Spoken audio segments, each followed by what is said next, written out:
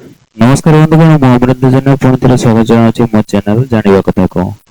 बंधुगण मुझे गोटे नुआ विषय उपरे आपन सह आलोचना करी विषयटी है गणेश को लडु अर्पण करा जाए कहीं गणेश को लडु अर्पण करा जाए कहीं तो बंधुगण प्रत्येक थर बेले पुणी मुझे कहबी जदि आपने चैनल को सब्सक्राइब करना तो सब्सक्राइब कला पे क्लिक करें मो चैनल को सब्सक्राइब करनी तो आज चलते जाना जे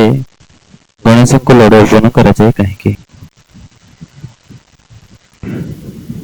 श्री गणेश को लडु अत्यंत प्रिय अटे कौन प्रिय यही संपर्क में गोटे पौराणिक कथा अच्छे से कथा अनुसार गणेश एवं ताकर भाई कार्तिकेय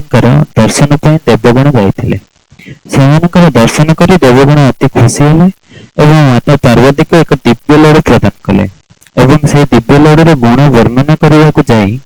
देवगण कहले यह दिव्य लडुर सुगंध अमरत्व प्राप्त होता है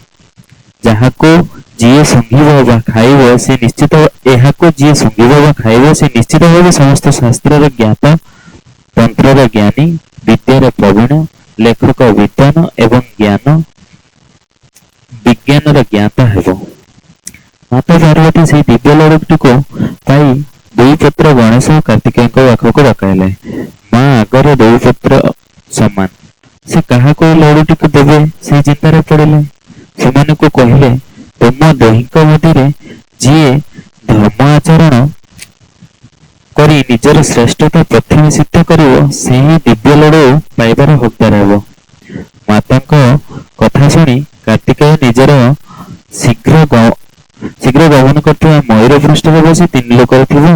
तीर्थ मान दर्शन उद्देश्य बाहरी चली जाई गोटे मुहूर्त सब तीर्थ दर्शन कर स्नान करें अन्यपटे गणेश जी निजर प्रिय वाहन मुसाफिर बसी श्रद्धा एवं भक्तिपूर्वक माता पिता शिव पार्वती को परिक्रमा करी सारी हाथ जोड़ी सम्मुखर दंडायमान हो गले सत्य यही जे समस्त तीर्थ एवं पुण्यस्थल मान मध्य माता पिता स्थान पवित्र अटे समस्त तीर्थ माता पिता निकट में तुच्छ गणेश यही प्रकार तर्कपूर्ण जवाब माता पार्वती को देवर माता पार्वती प्रसन्न हुई गणेश को लडु प्रदान कले से ही दिन ठार गणेश को लडु प्रदान रीति प्रचलन है तो पिला बंधुगण गणेश को लडु अर्पण करा जाए कहीं विषयटी पर मुझे आलोचना कली आशा करी विषयटी आपको भल लगी जदि भल लगी दयाकोरी मो चैनल को सब्सक्राइब करूँ यह द्वारा मुझे कौन नुआ वीडियो पकेबी ताहा आपण सुविधार खूब कम समय भितर आपण मैंने देखिपारे तो बंधुगण आज ये आगामी अध्याय पुणी एक नुआ सुंदर विषय सहित आसवि